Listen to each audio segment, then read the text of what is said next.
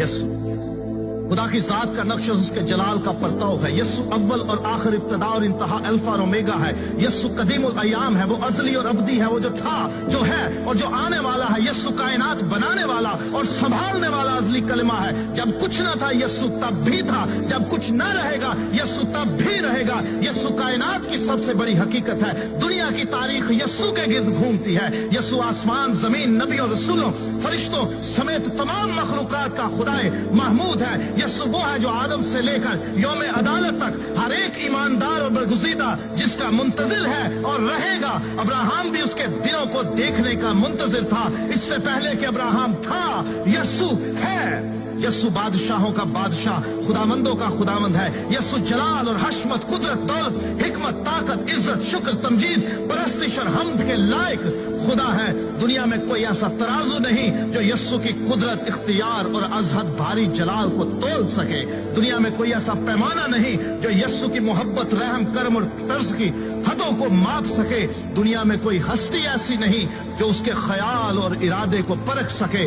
दुनिया में कोई नहीं जो उस पर गुनाह साबित कर सके। यसु खुदा का बेटा है, वो गुनाहगारों का निजात दहिंदा है। वो लासानी है, उसके जैसा ना कोई था, ना है और ना होगा। वो कमजोरों की ताकत, गरीब, यतीम और बेवा के हक का मुहाफिज है। यसु आजमाइश में फंसे हुओं का मुस्तैद मददगार है। वो तो आग की भट्टी में इलाहजादे की सूरत उतर जाता और बचा लेता है। वो बीमारों को शिफा देता, अंधों को आंखें देता, गूंगे बहरों को बोलने सुनने की ताकत देता, लंगड़ों को चलाता, मफलूजों को बहाल करता, बदरूहों को निकालता, कोरियों को पाक करता और मुर्दे जिंदा करता है। वो कहे तो पानी में बन जाता है, वो हुक्म दे तो समुंदर, तूफान, आंधियां थम जाते हैं। वो कहे तो दरख्त और पहाड़ जगह छोड़ दे।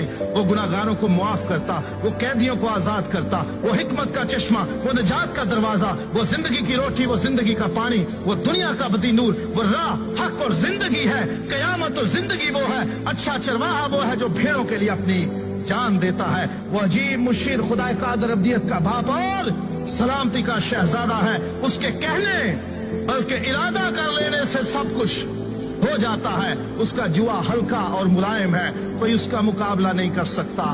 कोई उसका वजूद, उसका ख्याल और उसका नक्श मिटा नहीं सकता। उसे कायम रहने के लिए किसी की जरूरत नहीं, लेकिन कायनात उसके बगैर कायम नहीं रह सकती।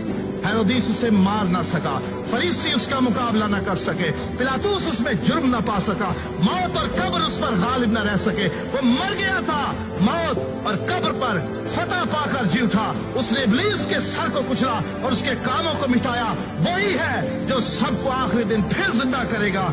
वही है जो जिंदों और मुर्दों की अदालत करने को आएगा। हर एक के काम के मुआफिक देने के लिए अजर उसके पास है। हर एक घुटना उसके आगे झुकेगा और हर एक जुबान इकरार करेगी कि यीशु मसीह खुदावंद है। और वो भी जिन्होंने उसे छेदा था उस पर निगाह करेंगे और छाती पीटेंगे कि हमसे ये क्या भूल हो गई, हमने इसको क्या जाना।